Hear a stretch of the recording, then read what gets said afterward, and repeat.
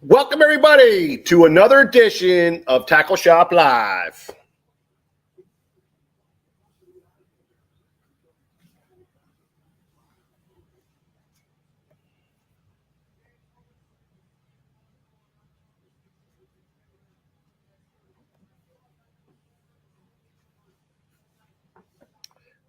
Hello. What is going on, everybody?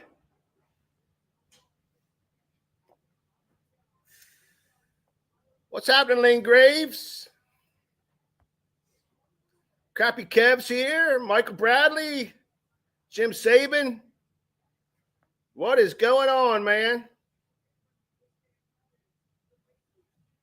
Scott Lockoff.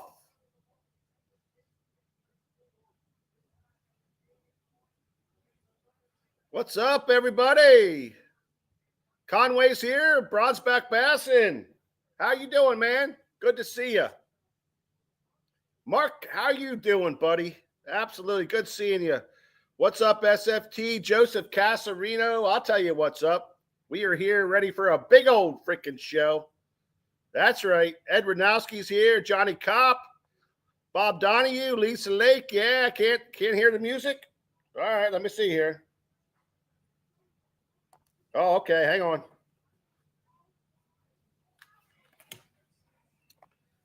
Okay, where's my cord at?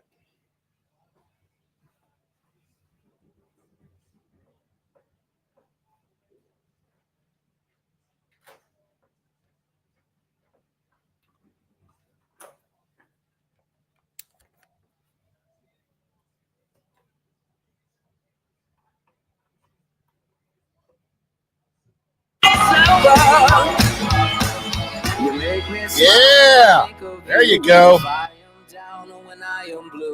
that? Yo, Johnny Cobb. No music? How's it now? Is it coming in? LP Bass, how are you? Jim Saban. Danny Powers, Richie Hall. Hey now, Gio Miller, Mark Edmonds. Yeah, good. Boom, that's right. Boom. That's Nick's fault. I can handle that. Yeah, I know. Hey, man, how's everybody doing? Hey, I want to give a big shout out, Nick, to the man, the myth, the legend, my pop, George Acord Sr., sitting in the hospital bed right now. He's getting tuned up, getting his engine fired back up. You know, you got to do a little bit of this, a little bit of that, you know. Oh, yeah, new spark plugs, you know, get this tune, that tune, you know, shock absorbers, you know how it is. Get himself all fired up, ready to go. Pop, good having you on the show, Pop. I'm hoping everything's going to turn out right, which we know it will. It always does. You're too freaking tough for anything to happen to you. Let me tell you that right now. But yeah, big shout out to my Pop. Hope everybody shouts out to Pop, gives him some of the best. And I know it sucks having to hang out in that freaking hospital bed all that time, but he's a tough son of a gun. Let me tell you right now, he ain't gonna let anything get him down. Let me tell you right now, Nick. Heck no. No, that man's going to be kicking some butt here in just a couple of days. So good to see you, Pop. Thanks for stopping in and hanging out with us for another great edition of Tackle Shop Live. Hey, Nick, I wanted to ask you something. Mm-hmm. Last week, I think you and your Pop fished a tournament down on the bay. Yep. Not last weekend, the weekend before. Was it the weekend before? Yeah. And it's a question that always comes up is, you know, hey, we had to figure it out. Had to figure it out. We had to figure it out. Yep. Give me a definition of figuring it out, because, you know, people hear this all the time. You know, you watch it on Bassmasters, you watch it on Major League, and these guys are always saying, I'm figuring something out here. I just figured something out. Well, so what was it? And how does figuring out So this break is down? my favorite part of fishing. Yeah. And, you know, and it's funny because my favorite part of fishing is you don't need to do the same thing over and over again and expect a different result. You can change throughout the day, by the hour, whatever you want to do, But the worst thing you can do a lot of times is nothing. Yeah. You know, and I kind of learned that when I used to fish a club, and the guys were great. But when we first started, everybody would pick their favorite bank. They would fish it all day long, and they either caught fish or they didn't. Yeah. And it was just that. It was either a great day of fishing or they just weren't biting it. Exactly. Yeah. And then over time, you just learn things. So when you go to these tournaments, and, you know, you and I have done this, Mike, you don't always start out strong, but it's the adjustments you make during the day to get yourself at least in the right position to make a run at the win, or if you know you're not going to win, a respectable finish. Yeah. And, you know, that could change out today. The day might start, you know what, we want to win. Obviously. Yeah. We're here to win. Yeah. But as the day goes along, you're like, you know what, unless we really get on something great, it's not going our way, but we can at least make the adjustments to have a respectable finish. So you might start the day doing what you thought you were going to do. Yeah. But the fish might go, hey, Nick, you know what? Ain't happening. What you want us to do ain't what we want to do.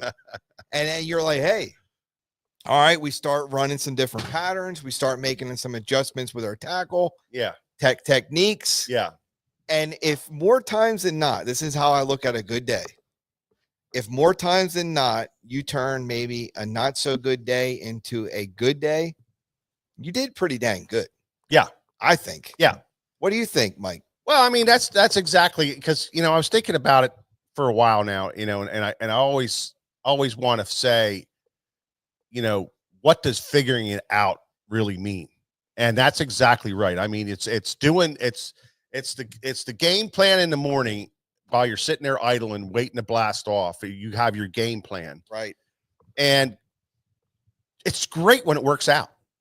But how often does that is so not often that you have to start to realize that this is not working. Now, the guys who can do it quickly and figure it out quickly and start moving and doing their changes, figuring it out to me means if I was fishing a grass pattern and it's just not happening, and for whatever reason, I feel like, you know, this is not happening, going to do something totally different, like going to rock and going to do this rock thing. And if that doesn't work, you know, saying, oh, geez, you know, let's get on this wood bank and fish these wood bank and see if they're relating to wood, or, okay, I'm on this grass. Let me get on the inside edge of the grass and fish the inside edge let me go shallower. Let me go out deeper. That's, to me, is the figuring out part of it. And when you, and then there's the bait aspect of it. You know, yeah, I was catching them yesterday on the crankbait or Topwater or this, but today they just don't want anything to do with that. And I keep rotating through baits until all of a sudden, oh my God, I got a bite on a creature bait, or I got a bite on this, and it starts to put the puzzle together.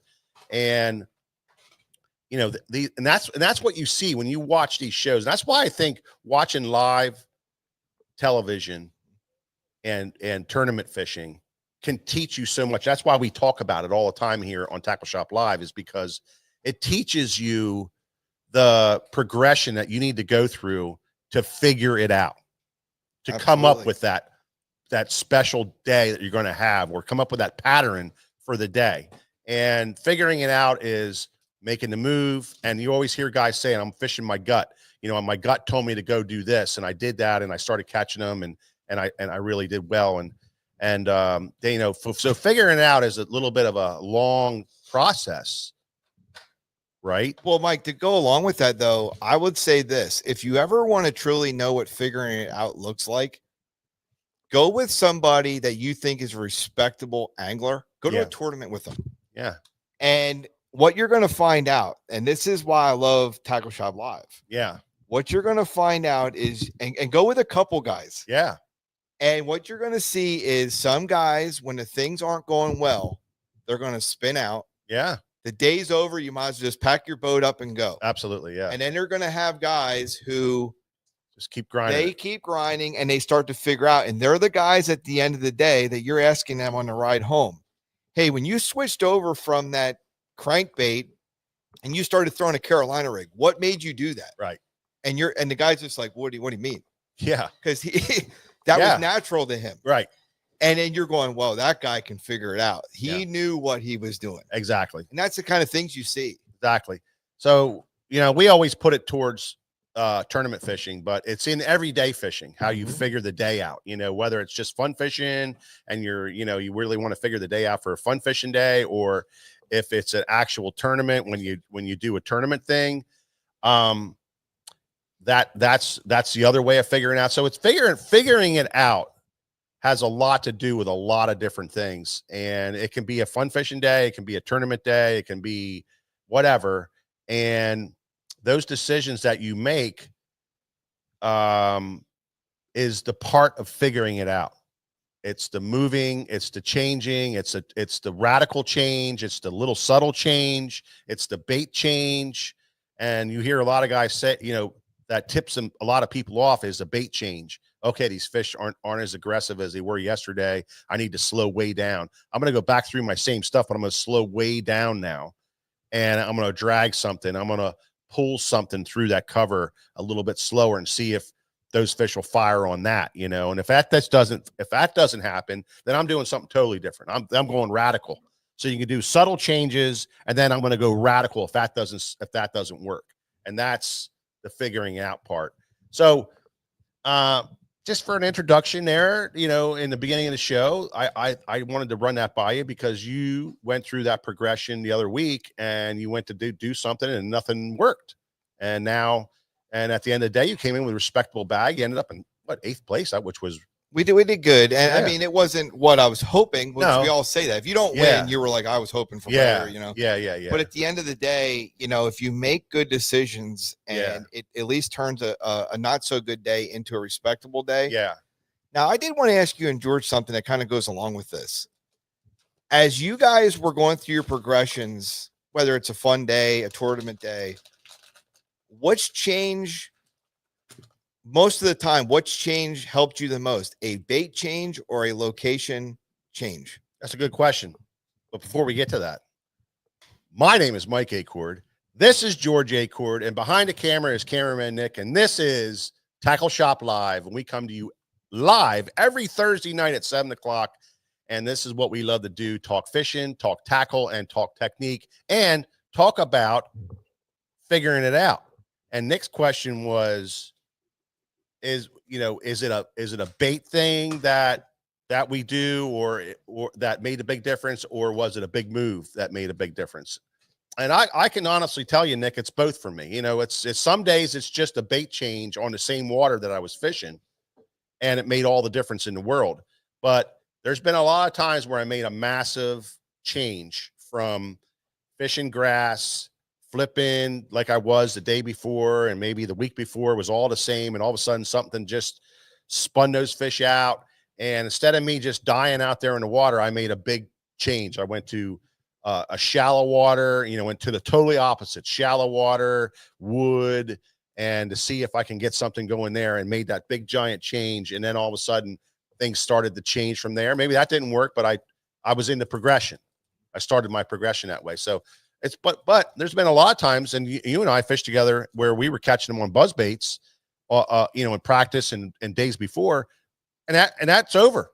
De Palma and I, we chucked a buzz bait because we were convinced that that's what they were eating on, and then we had to slow down, make our change, and then it was still the same areas, but it was a bait change. So I would say it's both for me. I don't know about George. Well, there's a couple things that come into play under figuring it out, and most of the time it is condition change. So if you're the the average working stiff, and your tournament that you're looking forward to, or your club tournament, or your buddies are getting together next weekend, you're getting together with your buddies, and bragging rights are at stake, whatever the case may be, or you've been just looking forward to the whole week of just, and this spring is a perfect, absolutely picture perfect example of that.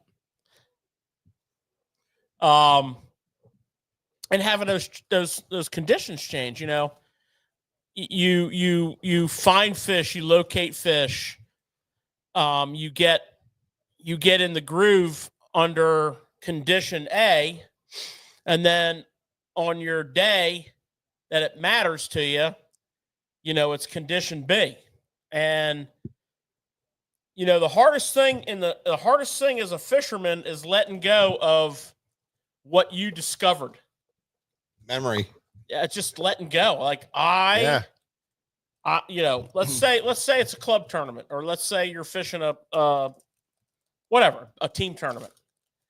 The hardest thing is like getting over the fact that all the countless work and hours and trials and tribulations that you spent prepping for this tournament was all 90% of that was a meaningless waste of your time, other than you got to go fishing. But once you get over that and make that change and experience success with that, now your mental attitude has changed about that. So for me, the biggest thing is the changing conditions and then being willing to make a change with that. Nick and I fished together a few times this spring. And one of the days, while I was sitting here rambling on, one of the days we fished, perfect example of making an adjustment. Now, we had one day. Yeah. And we got a phone call, text message, kind of an eye-opening experience where it was a beatdown in message. In our Bubba scale tournament, somebody had reached out and said, hey, we have 21.5 pounds. How are you guys doing? Me and Nick hadn't caught a fish. Yeah. We had not caught a fish. All the fish that we were catching the week before, all of them, every single fish left. All of them left. They completely evacuated the area. What had happened was there was a massive explosion in bait in a different region, and they just went there. So, we pivoted and shifted and started over, and we went completely 180 and went largemouth fishing and caught the fire out of them. We still finished last in our big 3-boat Bubba scale tournament, but we at least put a valiant effort out there, and we probably, between Nick and I, we probably caught, I don't know, 35, 40 fish at least. And we turned a not so good day into a respectable day. By making adjustments. A fun, respectable day. Yeah, by making adjustments. We just did an about face. But George, let's not let them. That's for me. Let's not let them forget that the first day we went out, we lapped the field. Oh, so Yeah. Well, those, you don't have to bring that up. They haven't forgotten. Well, George Ashbridge brings up a great comment there. He says, I don't think fish move far for the most part. And he's asking what are our thoughts on that? And I will tell you this, George, in some situations like this odd situation that we had this spring fishing where we were fishing, they did move far, and that was just a crazy situation. But most of the times, I think you're right. I think that fish don't have to move far. They can just turn off. For whatever reasons, an area can just turn off. So, that's part of that, making that adjustment, is saying and realizing that those fish in this area are just turned off. Now, do you come back to them sometime during the day? And if it was a good bite, an excellent bite, I would go back to them more than once. I probably would. I would check it out because I know they were there, and maybe in the afternoon they fired up this time. Yeah, put it in your rotation. Yeah, put it in your rotation and just kind of bounce back to it. But making a big change sometimes, and I always go back to my guide days when I was on the water, and you really had to produce. You really had to. You had to get fish, and you wanted to get fish in the boat for your clients that you had out.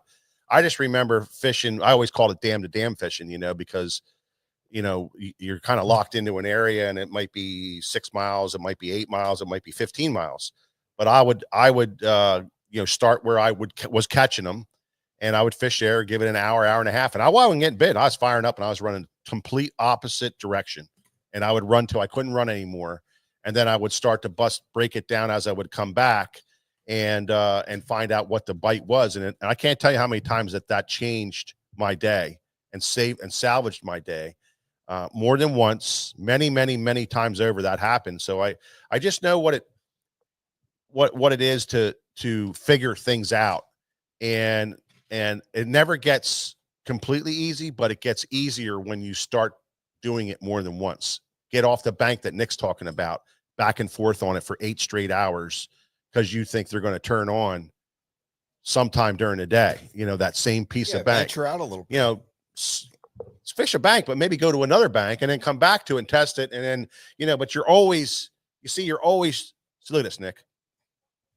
See this, Nick, right here? You're always going all over. You're always moving, you know, you're always moving, you're always shaking, and you're always trying to make decisions on that. And that's why I wanted to go with that for the first part of the show. And I think we busted that down pretty good. GDP had something to say on there. Oh, does he?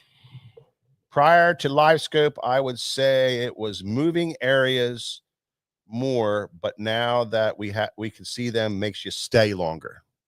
I can see that. Not necessarily a good thing. Yeah. And I do understand that, because now you got forward facing and you're saying, well, there they are. There them bastards are right there. And I'm going to figure them out. I'm going to figure those fish out and catch them.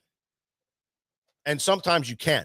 Sometimes you can't. But sometimes it's the same thing. So too much, Greg, is that too much information? Sometimes. Is that, how do you know what I mean? Well, you know, we always said if you could see what your bait sees, yeah, you'd probably drive yourself nuts. My brother wrote on the garage wall in my dad's house. I think it's still there. Maybe my mom painted over it or something, but I don't know. And this was 80s.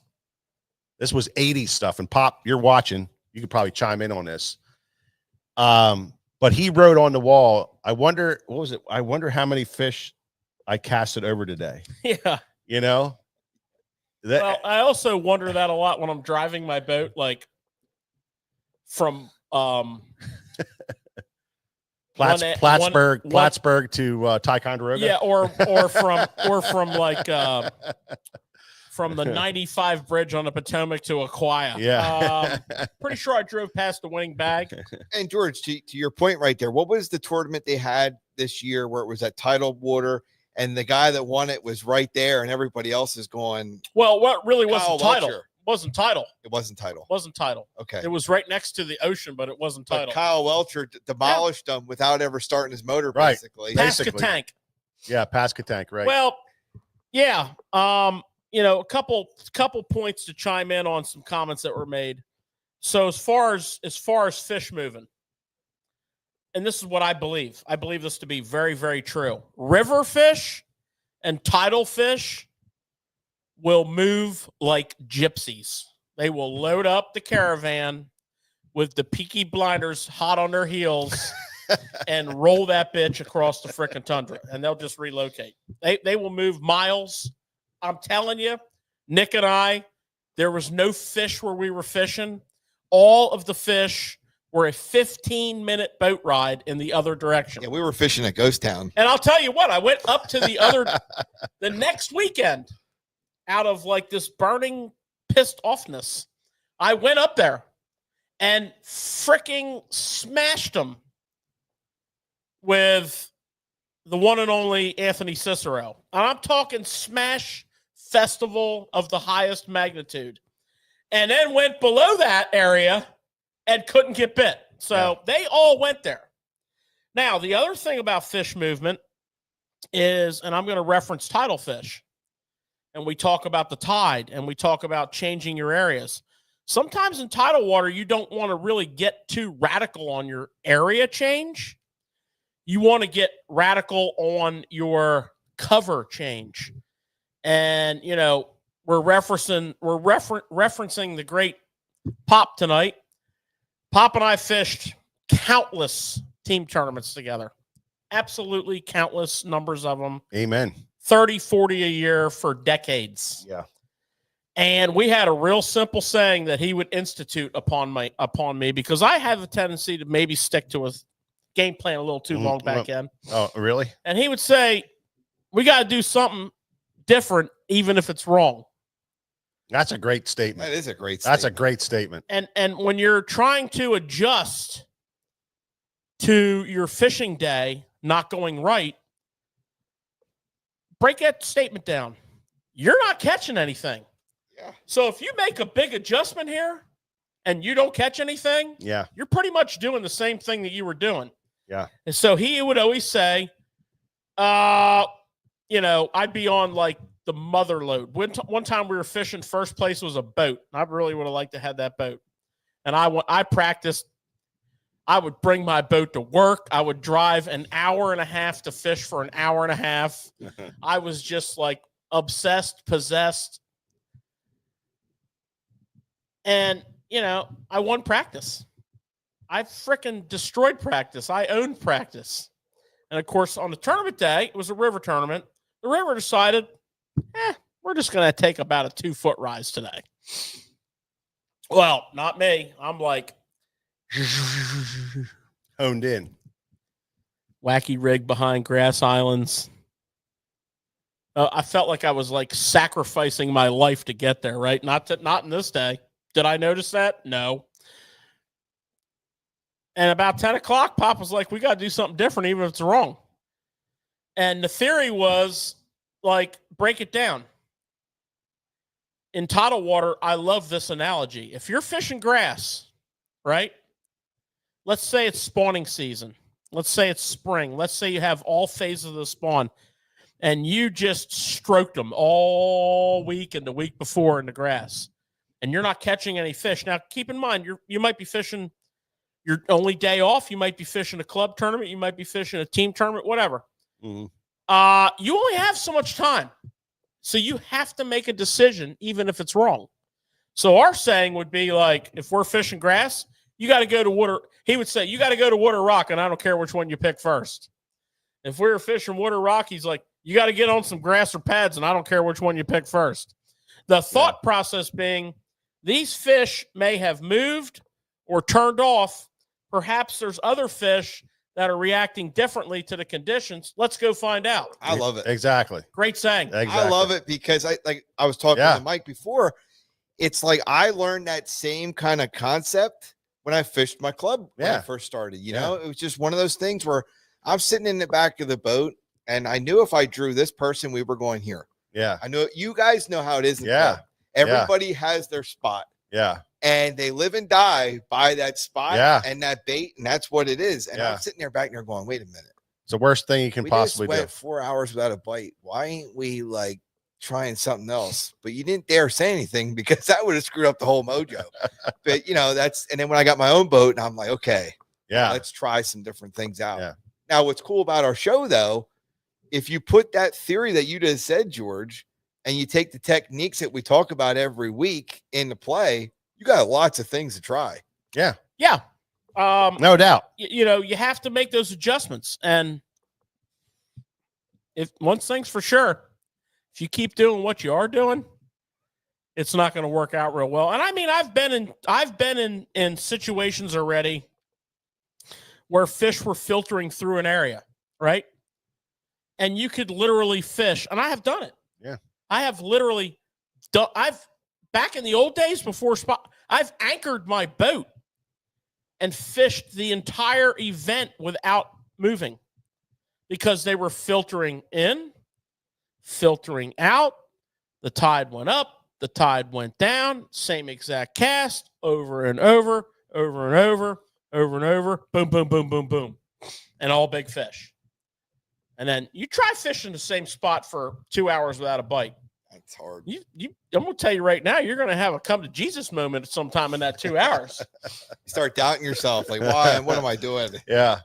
I've seen other people do it too. Yeah. But that's like an extreme, one-off situation. But what it does is it leads you when you make a decision to do something different, it leads you to someplace else where you can make another decision at that point.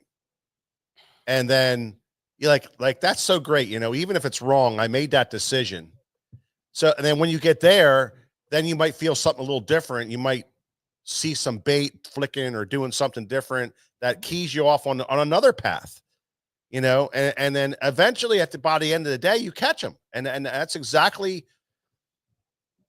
lesson for you guys right there. Sometimes you got to do something, even if it's wrong, to lead you to something else. And that's such great wisdom right there.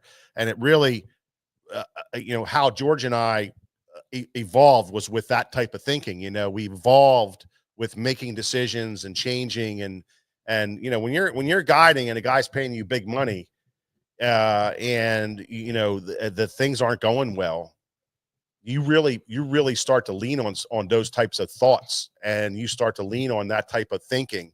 And that's how you catch them, is making those types of decisions. And even if it's wrong on this one, it might be right on the next one. You know, the other thing I think is interesting when I watch you guys fish, and we fished tournaments, and we fished fun fishing, and you guys you make decisions because you have to. Yeah. That's the whole thing. Yeah. But the other thing you got to do is when you make those decisions, just live with them. Yeah. You know, when the day's over, don't drive home beating yourself up. Yeah. Why did I do this? Why did I do it? You got to make the decision, live with it, and let the cards fall where they go. Right. And learn from it. And learn from it. All right. So there you have it, guys. What does it mean? What were we even talking about? What is changing throughout the day? Like how to get on the fish. Yeah. How to make decisions.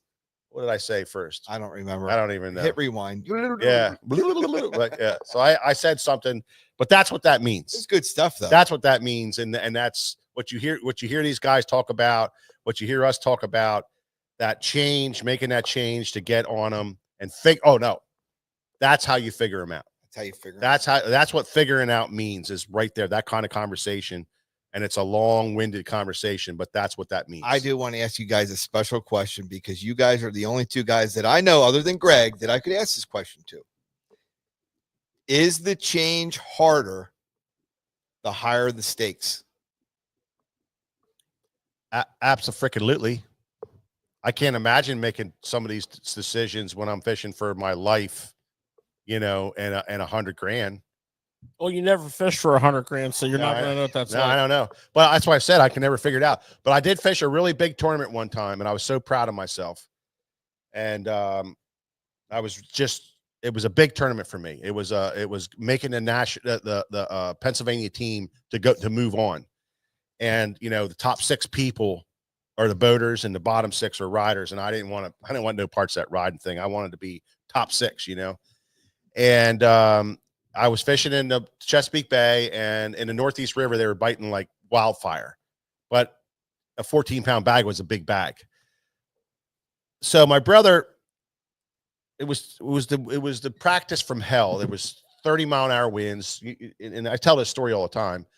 And I'm down there practicing, and my brother calls me in the middle of the afternoon. Hey, what are you doing? I said, I'm up here top of the flats fishing. He said, did you go down to Sassafras, check it out like we talked?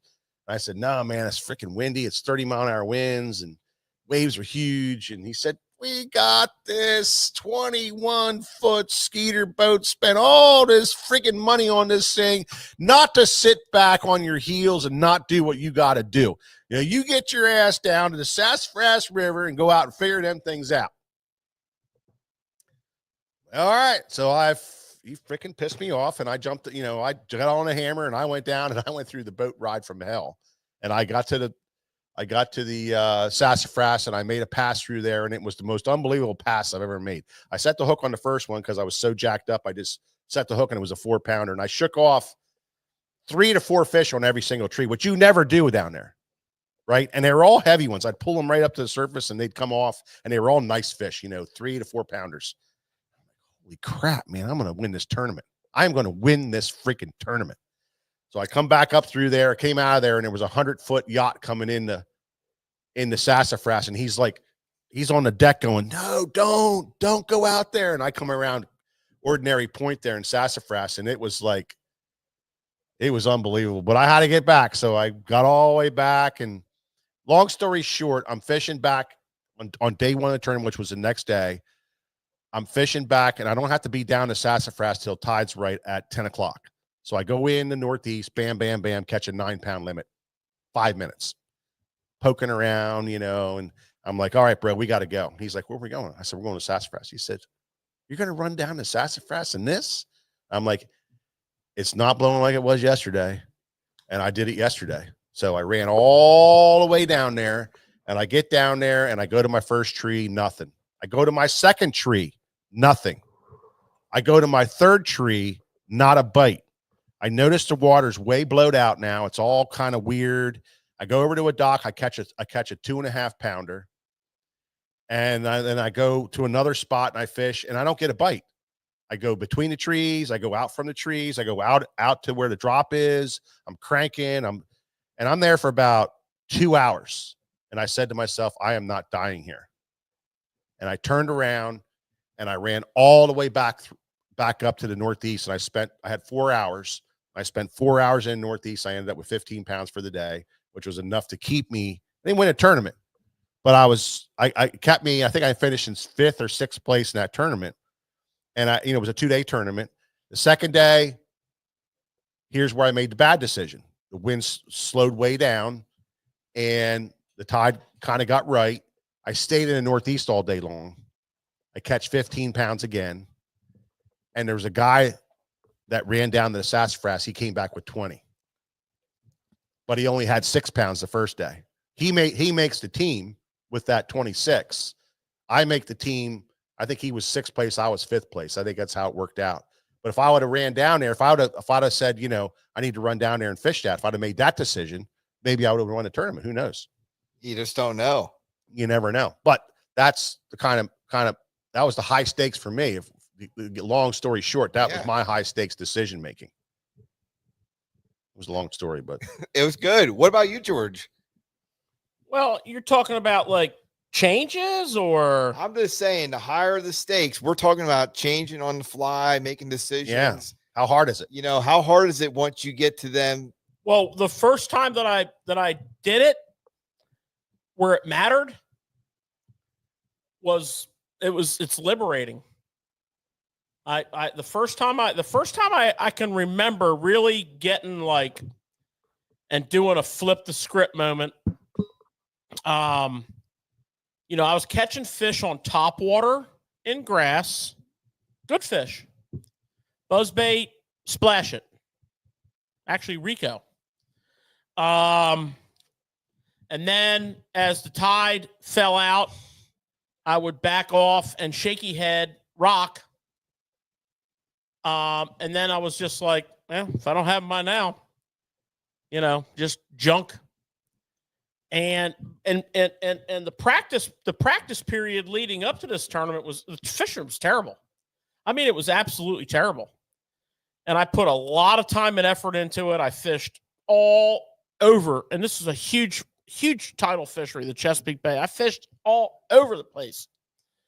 I mean, at one point I was considering running like to the Chester River. I went down and fished it. I went up in a creek and fished it. I mean, just couldn't figure it out. And then literally like 4 days before the tournament, smashed them in grass and started the fishing started to get right. Well, long story short, that didn't work in the tournament. The first day of the tournament, if I didn't have a nice solid limit by like 10 o'clock in the morning, I was pretty much screwed, and I didn't. So I just put all my rods away. Just,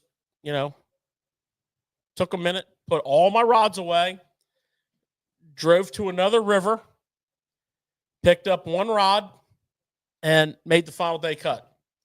And it was just a 180%. And let me guess what that rod was, a jig. Nope. Oh. No, it wasn't. Was his other great bait down there? It was a shaky head. Yep. And that's just an example of not so much that event, but it was a big time tournament. It was a Bass Open, and it's really hard to like backpedal. And then shortly after that, same body of water, BFL regional. Nothing worked. Total freaking sucked. Put everything away. Rigged up a rage crawl on a Texas rig. started getting bit. All right, let's go with it. Just I think, and I've said it, once you make those changes, and as a team tournament, here's where it gets easier. Or is it harder? When you're fishing a team tournament with your buddy and you own the boat, there seems to be a little hang up with certain people about speaking up about decision making. And that ain't cool. Because, the guy that's on the trolling motor is having a problem with figuring it out also. And if you're his co-angler, partner, buddy, friend, and, all you ever say is, oh, that sounds good to me, man, whatever you're thinking. It doesn't work. That's like big successful business leaders. Yeah. That get what's called the amen chorus. And the amen chorus is when everybody in the meeting agrees with everything they say. They could say the stupidest frickin' make something up.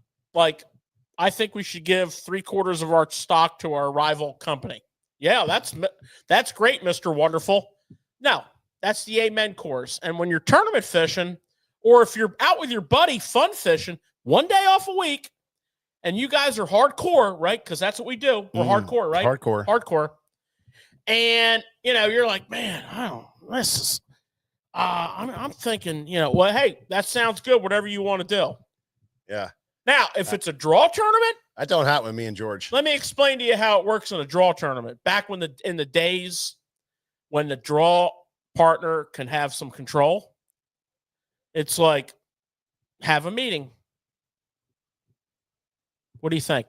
Hey, I'm happy to draw you, and I'm along for the ride.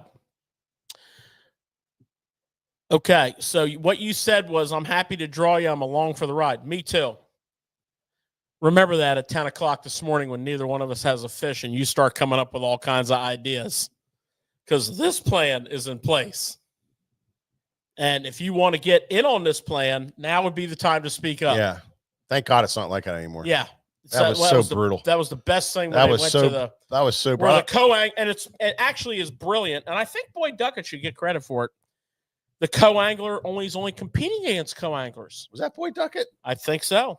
It was his organization. I guess it was. Yeah. You're exactly right. FLW. That was back before they called him Floyd Buckets. Yeah. I mean, that's exactly the points that you got to look at, now that you're on that whole topic, well, I don't want to get on that topic. George and I, we don't have a problem. No, we don't. Our problem is that sometimes we're arguing over which way the show will not anymore. Line up. We used to when we didn't have all this back in the day technology. But I was always right. But what's funny with him and I is we always are on each other, challenging each other all day long. So we challenge each other. Like I remember one tournament we were fishing together, and I'm like, George, we got to run, man. We just got it. It was just a bad freaking situation. Nothing was going right. I said, George, we got to change our whole entire thing. We're gonna run to the whole other end of the river.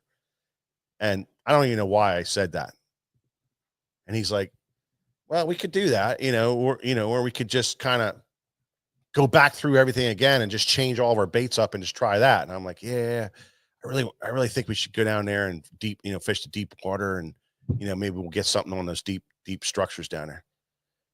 Yeah, but if we change up, we could come back through this stuff real quick and won't take us long to go through it. And then, yeah, okay, let's do that. But see how you just, that's the kind of stuff you both got to come. You really back. need to. You got to both come back and forth to, and then you grind into it, and then you go run that again with totally different baits.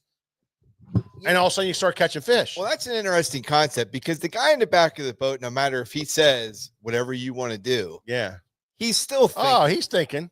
So if he's back there and his confidence is shot, that's not cool. Yeah, you can't have that's that. That's not cool, man. It isn't. It's not cool freaking cool. No. Especially, how about this scenario? The wind's blowing. You're struggling, man. Your fish aren't biting. You got like 5 different directions to go. You're struggling.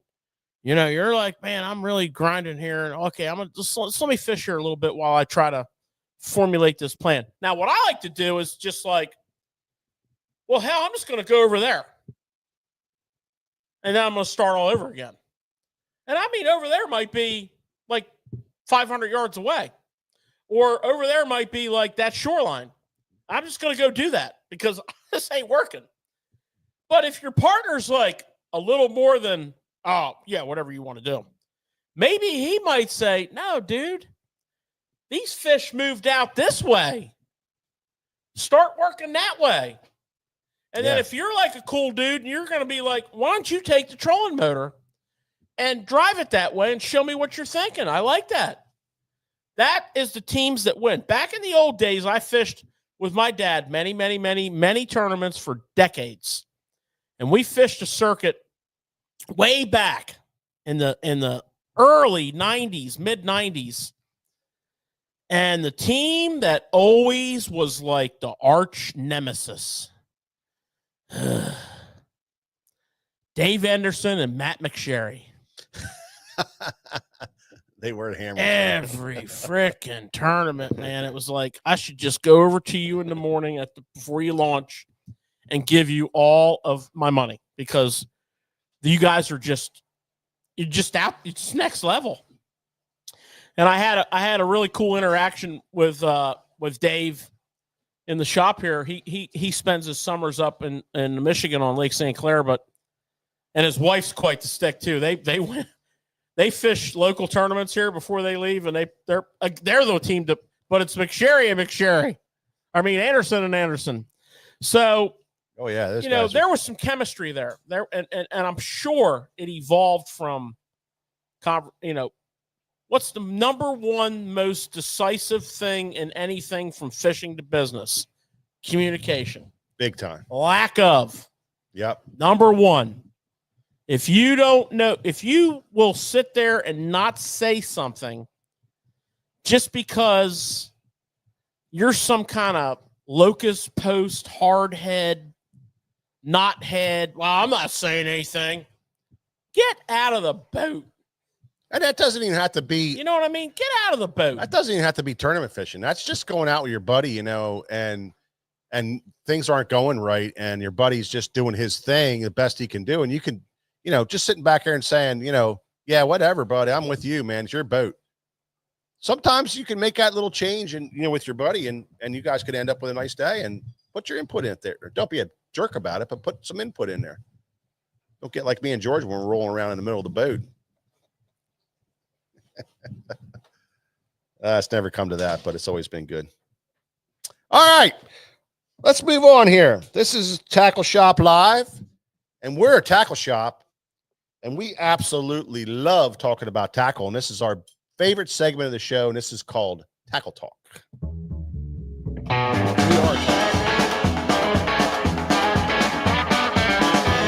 Yeah. We love tackle. We freaking love tackle. And I'll tell you what. We love messing with tackle. We love doing everything with tackle.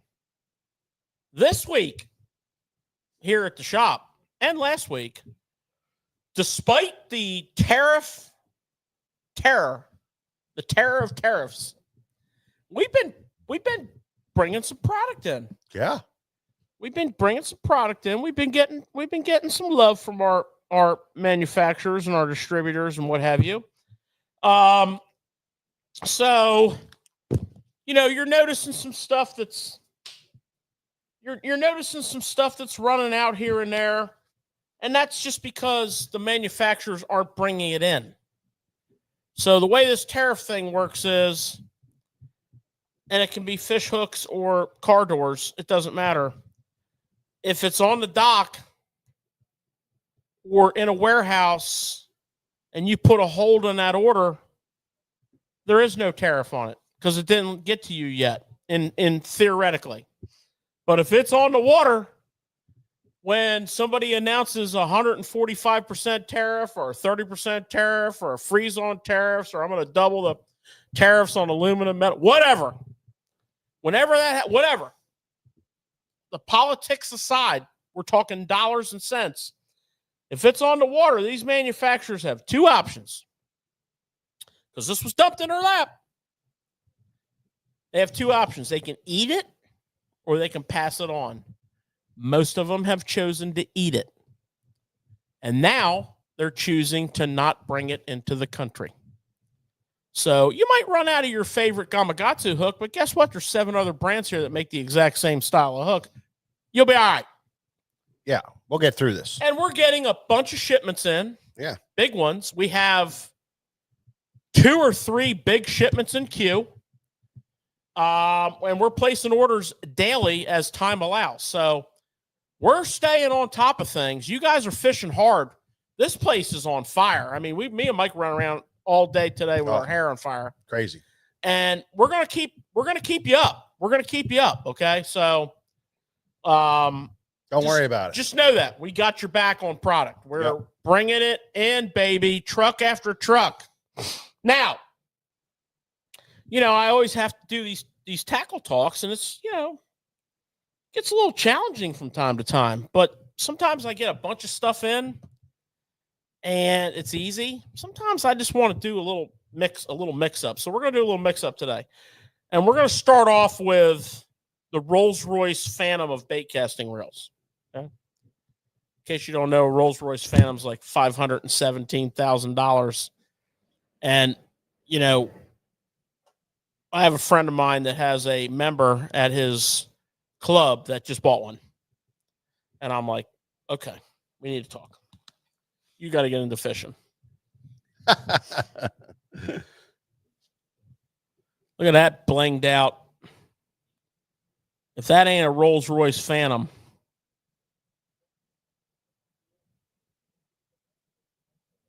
Look at that. Gun smoke. Finish. Super. Doesn't scratch or peel either. It's like a mirror finish, but in a gun smoke. But it's like a mirrored type chrome kind of finish, but in a gun smoke chrome. Shimano bad to the bone. Antares B. So we had the Antares forever and ever and ever, and the main thing with the Antares has always been 2 big time features. Number one, there's essentially, arguably, no other reel that casts as effortlessly, smoothly, and with the distance that this reel does. That's arguable. That's its reputation. So Antares B, we have in Shimano, the spools are designated by, is it an aluminum spool? Is it an MGL spool? Is it an MGL2 spool? Is it an MGL3 spool? All indicating that they're lighter and lighter, more performance enhanced. This is an MGL4. Okay, this is like the lightest, fastest, low inertia spool that they make. Yeah, and that's the key. The light spool gives you low inertia startup for and effortless. And to maintain. Yeah, and maintain it for effortless casting, accuracy, and distance. 11 shielded AR bearings, anti-rust bearings. And when we say anti-rust, they don't rust. They don't rust. They do not rust. Have them forever. They don't rust. Of course, the SVS system that you're all accustomed to with Shimano reels, which is the brake blocks on the spool. Centrifugal force causes them to engage with the SVS surface, which you can adjust with your external dial here. You can move it in for more braking, out for less braking. In essence, a veritable infinite range of adjustment. And that's how this reel operates. You've got, and this is a $549.99 reel. This is not going to spare any treatment. If it's one of their technologies in their bait casting reel, micro module, cross carbon drag, silent tune, X ship, all of it, it's got it. So it's got it all, and then the new stuff. Yeah, it's got the MGL4 spool. Yeah. Now, The 7-4 ratio is 34 inches of line per crank and 7.6 ounces. And then there is a 8 ratio. And I apologize, my notes are incomplete. I don't have the crankage on that, but I believe it's 39 inches. And you can fact check me on that. Please do. Go to sfttackle.com, click on Antares B, click on specs, bam, nice little chart comes up. And, you know, if you are that guy, that Rolex wearing, limousine riding, jet flying, you know. Oh, wait a minute. I'm talking about somebody else. Well, just for instance, back in the day, they came out with a reel called the Calais, and it was like that. It looked kind of like that. It was at the time was like the deal, you know. It was like the high end rolling deal, and that was how many years ago did that thing come out? Oh, that was mid 90s. Yeah, mid 90s, and that reel is still. It just was taken out of rotation with George and I. Oh, it's been a little bit. It's a heavy reel, but it was state of the art. It was state of the art, and the thing is we fished that thing for decades. I mean, 20 years. We fished that thing for 20 years. So that's $599, but that's a $549. Yeah, $549. Don't just throw $50. It's a 20-year. It's a 20-year plus reel is what that is. So that's the way you look at it. So, you know, you don't have to be a bling master to buy this reel. You need to be a guy who understands quality and wants performance, and you're a performance guy, because there's nothing performs better than that reel with all the technology in it and longevity. 20 years of fishing that thing. It's good stuff. Well, and I'll tell you another thing. Like, you know, I'm running the camera. I'm zooming into that the best I can. It doesn't. The reel's cooler than what it shows. It doesn't do it justice. And plus the weight, if you pick it up, yeah, it's cool. I mean, it just fits right. It's a really cool reel. Remember the movie with Kit, the talking car? You know, they solved all these mysteries. That's what that looks like. Red light going back and forth. The video. So I was thinking about a movie too, but it was with Charlie Sheen back in the 80s. It was a movie for this reel. Yeah, it looked like the car that he was running. I can't remember what the heck the movie was called though. Listen, I'll get back to you, cameraman Nick. I mean, if you're going to bring up a reference, like I know, but I was thinking about it. I'm popping references left and right. I mean, he didn't even pick up on it. You didn't even pick up. I was Ric Flair in this thing, man. Ric Flair. You guys didn't even pick up on it. I did. No, it's just Mike says he did. Right over his head. But anyways, if you're going to reference a movie, everyone, somebody on this show, somebody on there. What's the movie with I'm going to Charlie need you to come Sheen through in the 80s where he gets killed and he comes back and he's like the guy that's killing all these guys in the racing. He's racing these cars. You never seen that one? It sounds vaguely. Is that Speed Racer? No, it's not. No, Speed it Racer. sounds like 2.5 Men. It could be. I don't think so. Somebody on there will know it. The Wrath. That's what it is. The Wrath. Yeah. It looks like the Matthew car Weimer in said The Wrath. Check it out. Okay. Well, you kind of missed on that one, Nick, but that's okay. You can't all be home runs, you know. We have unless you're Ric Flair. We got a couple. We got a couple of those reels in stock, George. We do. Got a few of them. Only right hand. Only available on lefties are now. We only waited. Yeah. You know, 10 months. Yeah. So the left-handers are going to be here in the fall. So, you know, if you can wait this long, a year and a half, what the hell? You can wait till the fall. Who knows? By then they might have a new one out. Yeah. But I doubt it. It's a timeless piece. It is a timeless piece for sure. And we don't always want to be hyping $500 reels, but no, you got to talk about them. Now. This is what came in, and it's sexy, and we're going to talk about it. I'm getting a whole lot of woos out here from the Ric Flair. Yeah, I was going to say, George, if you're going to, there you go. If you're going to bring up Ric Flair, you got to give it a woo. Jet flying, limousine riding, diamond ring, Rolex wearing, kiss stealing, son of a gun. Woo! That's right. So that's our first thing. Now we're going to go to the complete opposite end of the spectrum, and I might even uncover a long-standing, like plot, like brainwashing, like hoodwinked. But we'll talk about that. So, we're going to talk about a $3.99 crankbait just for a minute, only for the only reason that it's one of my favorite crankbaits on planet Earth. Yeah. Like I've already been fishing it a couple days this year. Yeah. I'm not too far away from my bombers. 6As and 7As. Now, I'm not a huge big-time supporter of the evil empire Pradco, known as Pradco.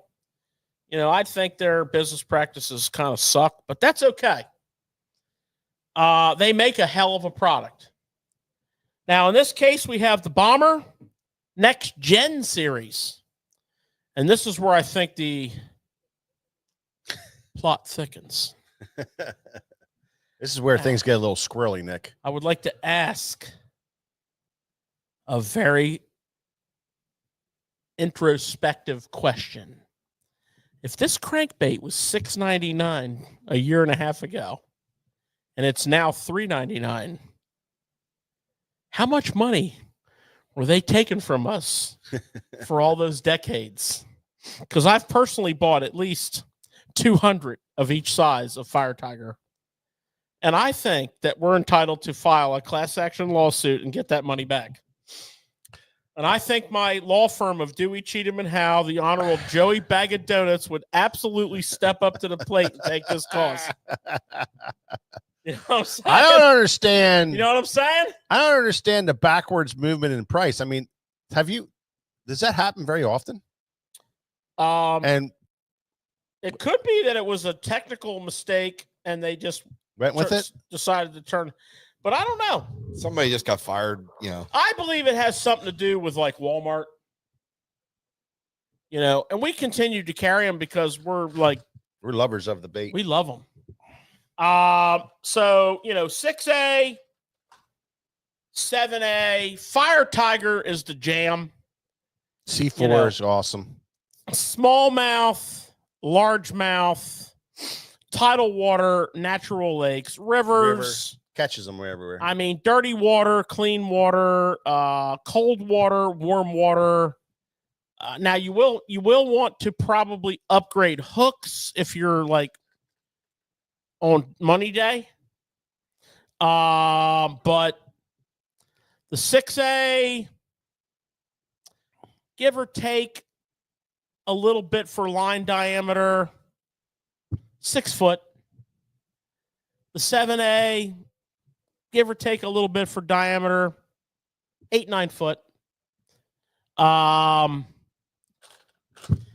If you don't know, and you're over the age of 30, I'm not sure how you made it this far in life. If you don't know and you're under the age of 20, this is a public service announcement. $3.99. Get some Bomber 6As. Now, in honor of Jimmy, 1995 Bassmasters Classic and Mark Davis and his astounding win, we're gonna review the fat-free shad, which is essentially a somewhat flat-sided big lip bait. Now here we have a a 5F. Hold your tariff. A 5F and a 6F. There's also, of course, a 7F and a 4F. But this is the meat and potatoes right here. Again, fat-free shad. Now, there are some new colors with this drastic price change. There are 4 or 5 new colors. There's also a flat A. We kind of talked about that last week. They're all gone now. Yeah. So they're called Next Gen. They're $3.99. Okay. So Crazy. two things, George. One on the Bomber A's. So we don't talk about them much, but when today we brought them up, it's so cool just to see the old colors. Yeah. It just takes you back a little bit. It's pretty cool, and they still catch them. Oh, they still catch them for sure. And then on the Absolutely. fat-free shads, isn't that what Timmy Horton won Champlain with too? Probably. I think where he was eating pizza at the boat Yeah. ramp. Probably. Yeah. I'm pretty sure that's what he was catching them. But that wasn't as impressive as Mark Davis winning the Classic in '95. Oh no, that's pretty cool. Okay, and I'll tell you another fat-free shad fun fact on the fat-free. What color shad. did he win it on? It was citrus shad, Yeah. wasn't it? Citrus shad. That's right. Yeah. Which was a looks brand little new. bit like that. Which was a brand. No, not really. A little bit, I said. Not really. Oh, Not even close. All right, this is how they Alright. fish together in their tournaments together. he's so far off the base where I don't really want to discuss it. But there was a husband and wife team on Sharon Harris Lake in Raleigh in a spring pre-spawn tournament 5, 6, 7 years ago on a fat-free shad that cranked up like 33 pounds. Really? Yeah. Now wait a second. I thought it was like a record-breaking weight of like, oh, maybe it was 33 pounds. I thought it was. Oh, I almost- might be off by a pound or two. I thought it was close to 40 or something like that. Wasn't it No, some kind of I don't know. crazy? I don't know. I'll defer to you to do all the research. Well, we have to and do bring- some research on that, but I'll defer that to well, you. maybe it was 33 because at that time you really didn't hear a lot about dirty 30s. Oh, nice shot, Nick. Did you get him? You suck. We've had this little fly in got here this fly in here. We've been all trying to day. kill this thing. I mean, we have tried I mean, this guy is everything. unbelievable. We went with hats, fly swatters, DDT. We even called Doge. And this freaking thing is still buzzing around. Okay? It's terrible.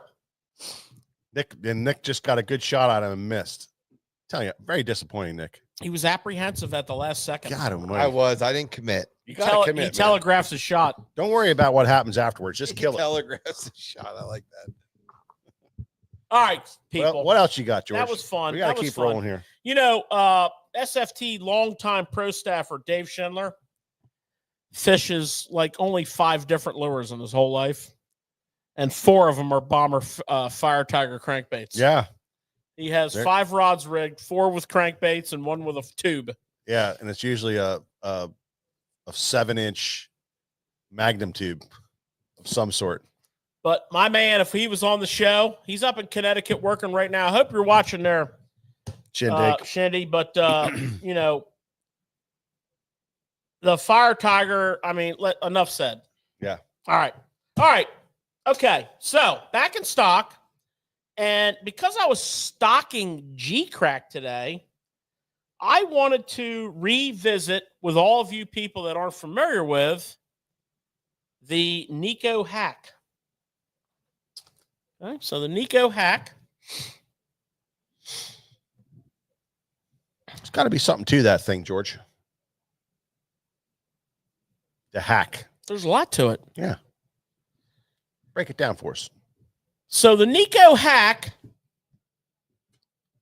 because you won't see this, is essentially a little plastic. Oh, you see that? Very good. Okay, so this is going to go into the bait like this. Yeah, hold it up there and don't move so fast so we can see it. So this Nico hack is going to go, because if you want to wacky rig or Nico rig this thing, you're going to have a hell of a time putting an O-ring on it. But this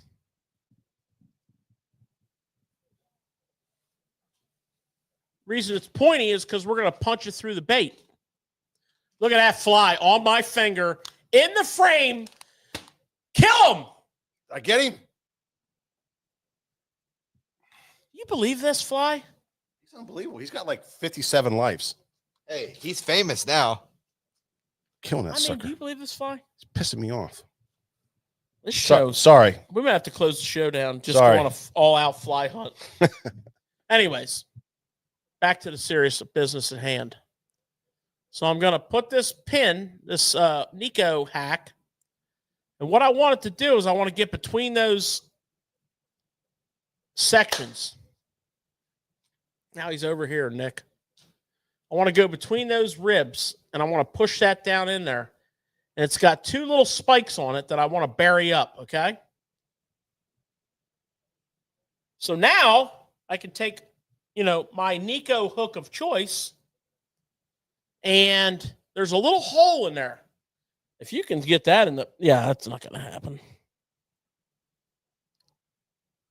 They saw it when it went before you Watch this. You put it in. Oh my God, George. If you don't get freaking glasses. I don't need them.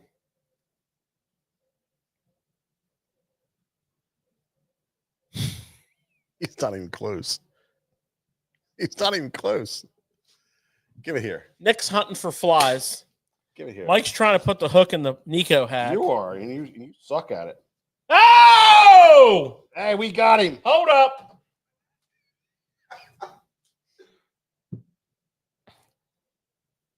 Fly down.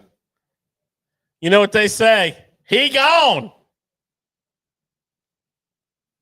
You go through the plastic or just that? Oh man, I'll tell you what, that's kind of nasty. Just through that hole. So now you have. It's pretty easy to go through it. The ability, now you want to trim this pointy section off, okay? You want to trim that pointy section off right there. I didn't bring any trimming tools over here with me. You can just use your little line cutting scissors. Whoops. The flies got us all besides ourselves. And you just take that.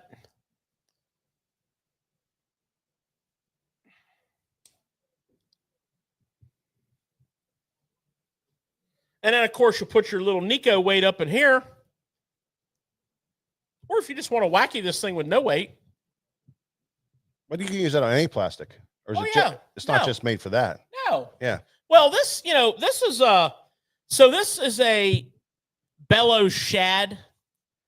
The bellows gill, wacky or Nico rigged. Yeah. It's a next level. But you're not putting an O-ring around that thing. Right. And these are soft. You're not going to put your hook through it. Right. So they come up with the Nico hack. Yeah, and that has it's a wide top to it. It's a T that digs in the worm, and it's going to hold it good.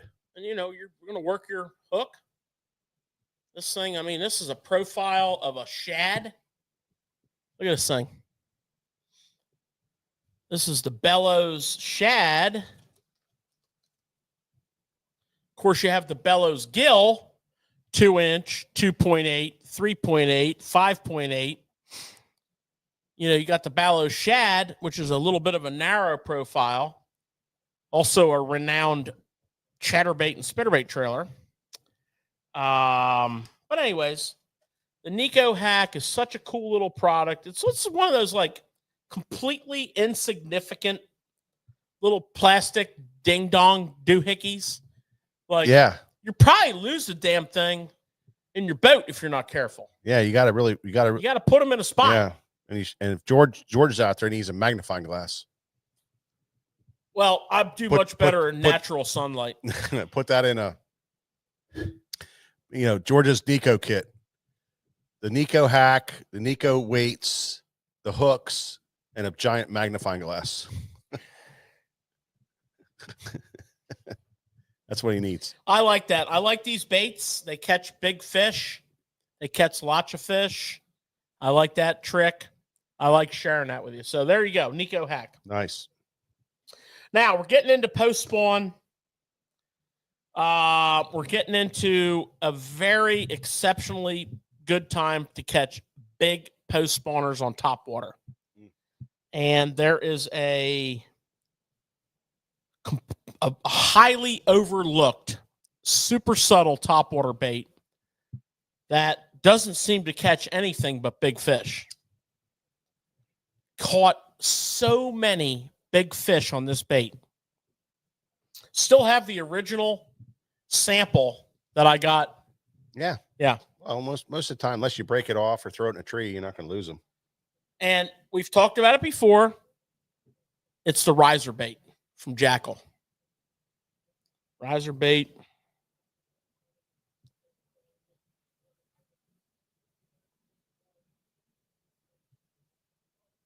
Really made famous for us on the river with our good friend Corbin Gottwald. He was all about that thing from day one, and he got us kind of going on it.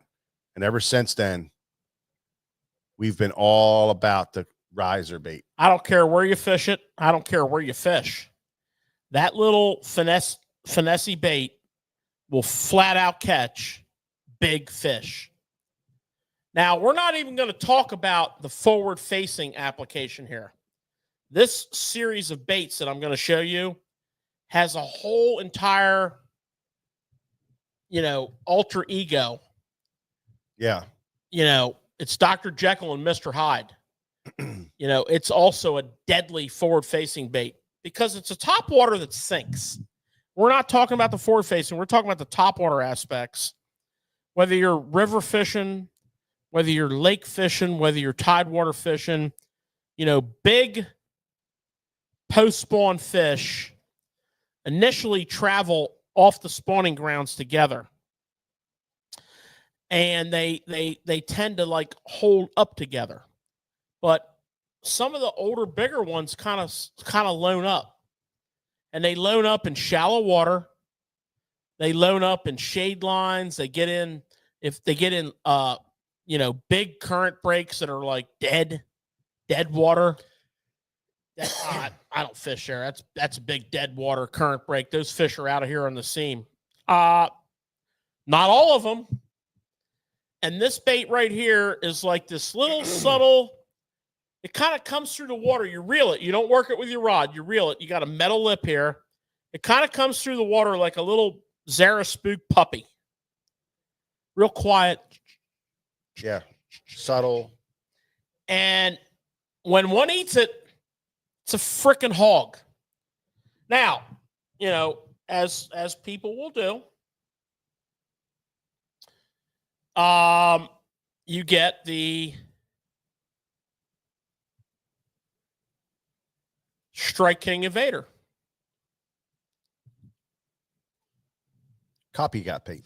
Which is fine. Yeah, nothing wrong with that. Which is fine. Now, the Evader 70 is 1/4 ounce. This is 8.2 grams. And the best I can figure out, 8.2 grams is heavier than 1/4 ounce. It's 3/8. You can cast this thing an absolute country mile. We've been fishing it on braid. And we've also been fishing on a fluorocarbon because we're reeling it. Yeah. So consider this in your post-spawn transition, wherever you may fish or live. I'd also like to point out that the Evader, which I really like this, has brought out a 90 size. I like the bigger size. I like the bigger hooks. So you have a Evader 70, which is like this kind of the size of the original riser bait from Jackal. Yeah, it ain't kind of like it. And then the 90. And then what's cool is they came out with the 90. I like that. Which is a little bigger. I like this color too. This kind of pearly looking dude. And that's the other thing with the Strike King is you get some really different cool colors that you can do too with Jackal. Yeah, I know you get great colors with Jackal too, but that's kind of like the idea of looking at both baits is you got different colors and different size ranges. And I'm all about that. I'm actually going to spend some time this weekend fishing the Evader, and I'm going to report back next week. Yeah. Because I'm going to catch a bunch of fish on it. Yeah. Yep. And George, if the water clears up, looks like a copy of the Jackal. Are they priced similarly? The Jackal's a little bit more expensive. I want to say the Evader is $9.99, but don't quote me on that because I didn't complete any of my homework. And the Jackal, I want to say, is like $14.99. Now they may be the same price because I don't have the Evader price in front of me, but Just going off memory. What's up, Paul? How you doing, buddy? Glad you joined us. Yeah, so I encourage you to, if you're serious about your post spawn, and having that ace up your sleeve, that trick, this is legit. We've been throwing this bait for a long time. It's a ultra finesse topwater. And they eat it. Is the way you got to look at it. Just like you would throw a finesse TRD on the bottom, this is the finesse topwater on the top. It's very sneaky, very sneaky bait. And where we had our best success is in post spawn, on tougher days. And that's when we had our best success with it. Oh, it's a post spawn. It's a post spawn problem solver. Or there's no discussion on or that. It's that pre-fall, funky time of the year, that pre-fall funk that you get into. That's another time we throw it a lot. September, early October, before the things really get going, and you're really power fishing. Is there another one? Nick, you're a ninja. You get him? Yeah, he's dead. Ninja man. Yep. Dead man. 2 for 2. Nick is a ninja. Let me tell you something right now. He's a power ninja. We're talking about the jackal here. Like we're talking about 1,000-yard headshots. Yeah. That's the kind of game we're playing here. Yeah. That was probably a 3,000-yard headshot. I'm like the Matrix right now. You are. Know what I mean, I'm seeing their wings float. I can see. You what can they're see. doing. You can see There's the movement. no doubt. You know exactly which way they're going. I know what's going on. It's I amazing. don't even know how they get in here because this place is locked up tighter than Fort Drum. I don't know, man.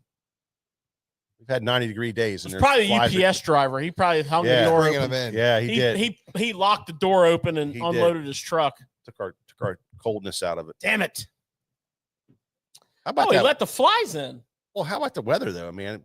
Sunday, I was sitting on my patio with a jacket on. It's a Sunday night. I had a jacket on. And you had to be thinking we're almost June 1st. And yeah, I had a jacket on, and with it a was jacket. like 51 degrees outside. It's cold. Now today we had 90. It's freaking hot. Spring to summer. I love it. So the last thing I want to touch on briefly, very briefly, I'm not going to go crazy on this, is I was back working in the net bait department today with a customer, and he was looking for some baits, that are amazing. And I think they're overlooked because they've been on the market forever. I mean, these baits came out literally 20 plus years ago. And it's the packer crawl. And I think it's really important to point out that NetBait is owned by a company called American Bait Works. And look at that peanut butter and jelly color. Freaking sweet, man. Look at that. Yeah, you know how great that bait is. Look at that. Look at that peanut butter and jelly color. So the quality of the colors. They also own bait fuel. So these are all infused with bait fuel. They have the baby. They have the full-size packet crawl. But I'm referring specifically to the baby. There's 2 things that I have relied on for 20 years with this bait. A swim jig trailer. Phenomenal. And or their chunk. Okay, pack a chunk. Pack a chunk is just simply a chunk version of the pack a crawl. 6 1/2 dozen. B, that scent, the colors. These are primo baits, primo products. You didn't even touch on what that bait's all about. I mean, the leg movement on that thing is break that stupid. down for us because it is. The leg movement on this. I got to tell you about my day with Kevin Van Dam. I use that. Don't even go there. We'll end this show. I'm just telling you. This thing is unbelievable. Flipping and swim jig it's off the chain. I love flipping that bait. And I doubted you guys. I got to be honest with you. I doubted you guys when you said the movement. Oh, And I'm like, there ain't no way. Oh. You look at those crawls. I'm telling you what, it's I'm crazy. a believer now. It is the craziest movement. If Is you it go, fair to say that they were one of the first crawls that had this? well, they had, and they do it differently. They don't, Rage kind of did their thing, but this guy right here is thin. They're like one of the first, right? Is thin to thick. So it's thin back at the body and thick back here. And you get an absolute freaking. And I think that's why I wasn't a believer, Mike, because when I looked at the Rage crawl, it made sense to me. Yeah. When I looked at that, I'm like, No, I'm telling you, I'm man. telling you what. I am telling you. George and I, I mean, it's still, we when I throw jigs, I finesse jigs, I put that on my finesse jig. Yeah, the chunk. When I, if I want even a swim jig. If you want a lot of movement in dirty water, you put this on a swim jig. This thing will, and they make a bigger one than that. They do. And let me tell you something, flipping. Oh, if you're flipping like milfoil, yeah. I mean, Down it's through there, freaking deadly. I've caught so many fish flipping a baby packer crawl and a packer crawl, but primarily the baby. Focusing on the baby here, and I'm focusing on baby's chunk, awesome. Focusing on the chunk family. Baby's Tiny, awesome. Standard, and big. Covers all your jig family. All your jigs. Yeah. Awesome on a swim jig. One of the things that I've really implemented in my game over the last 4 or 5 years is swim jig fishing for smallmouth. And I'll tell you what. There's a guy that says, George, fish it on a Carolina rig. I mean, it's a great Carolina rig and bait. Here's a dirty jig, what's left of it, that's caught so many freaking smallmouth, the whole bottom of the skirt's gone. And here's a discontinued color of pack-a-chunk. This thing is like money. So don't sleep on that. And I was just back there today talking to somebody about these who was asking me. And I'm like, you know what? I'm bringing that up on the show tonight because, I don't know, sentimental. Well, at the time, effectiveness. At the time, it works. At the time, the number one fisherman in the world, I was fishing in the back of his boat. And he opened up his back hatch. He said, Mike, I need to get in that back hatch. And I stepped back off the hatch. And he walked back and opened up the hatch. And the whole goddamn thing was full of 100-count packs of pack-a-craws. And it just blew me away because I was a big, giant fan of pack-a-craws. Matter of fact, my swim jig that day had a pack-a-chunk on it, or my jig that I used as a swim jig for the first time in my entire life and caught fish on it. But Mike, was a pack-a-chunk. You had to be pretty amazed when you seen them packer crawls. Like, you're like, yeah, what? I'm like, I even said to him, I said, pack-a-craws, man. He's like, don't sleep on them, man. He probably wondered how you knew that. Oh, I know. Well, I know, man. If you've not been exposed to it, there's a lot more people fishing them than you think. Expose yourself to them. But Yeah. I'm saying with Bait Fuel and with the American Bait Works Company shooting them, the colors are spectacular. Yeah. And now the scent in them makes them tremendous, 15 times better. Oh, it's incredible. Yeah. Because I'm salt scent. Big on that scent. Well, all right. Good stuff. All right. Good stuff. Good stuff.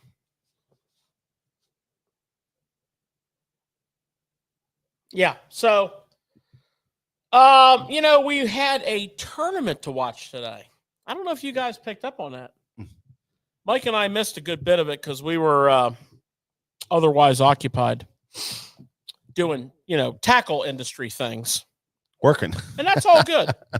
Working hard. That's all good. Killing it in here. But what we do. They were on Kentucky Lake, and it was the absolute, textbook post-spawn ledge fishing / post-spawn event. I mean, you saw offshore ledge guys get on those those big schools that have migrated off the spawning grounds. You know, you saw the crankbait, the big crankbait. Mhm. You saw the Carolina rig. You saw the Nico rig. You saw the drop shot rig. I mean, this thing was like 101 post spawn. I didn't see any topwater. I'm sure it was there. There was guys that were flipping up on the bank because, you know, there's always a shallow bite. And it just, you know, it was just like very mindful of what we were going to talk about. And so the fish they caught, you know, a couple of years ago, they said Kentucky Lake was like destroyed by the grass carp. And I'm sure it was, but you know, it's much better now. I mean, Michael Neal had 103 pounds and 10 ounces today. Jeez. Oh, golly. What was he fishing? So let's break that Nico down. rig, I bet you. Let's break that down. Let's say he averaged 2 pounds. His average. That's 50 fish. That's a lot of fish. That's a good day's fishing. It's a big day of fishing. You know, and you got period breaks. You're only fishing 6 hours. not even 7 hours. Well, especially George, when you figure, you know, these lakes are big, but they're pressured. I mean, they're pressured. Oh, lakes. big time. So Yeah. that's a lot of fish. Plus, Well, these guys probably spent their entire practice period without even fishing. yeah, going around They finding probably schools. just scanned. Second place, Jacob Lawrence, 102 and 0.03. So they're basically tied. Wheeler, of course, 95.15. He didn't even fish. He stopped fishing. He went 4 hours without registering a catch. He just graphed. He took his big old graphs on his icon and just put that mercury to the work. He put the freaking work on that mercury and he just graphed like a man obsessed. Probably marked like 30 more mega schools. It's over.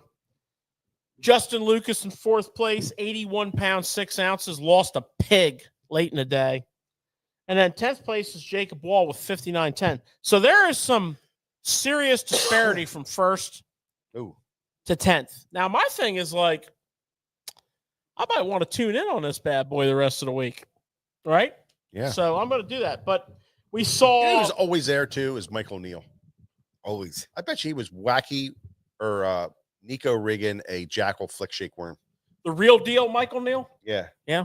Probably what he was doing. No doubt. But that probably not a jackal. You don't He's think? a big time Spro Gamagatsu guy. Is he? Yeah, he was probably fishing a Zoom trick worm. Magnum trick worm on a Good Nico choice. rig. You know what's interesting about what you're saying, George, is there is a lot of weight difference between the top 10. But that's why Wheeler could go around and do what he's doing. It's all playing the game. You Yeah. gotta have schools. Well, It's pretty cool. All you got to do is qualify for the next round, Well, here's the problem. and then that's where everything goes to zero. Yeah.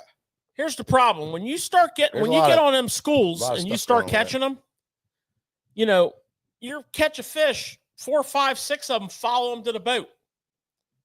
Now they're like, Where do I "Hey, go? check this out," you know, and then you catch another fish.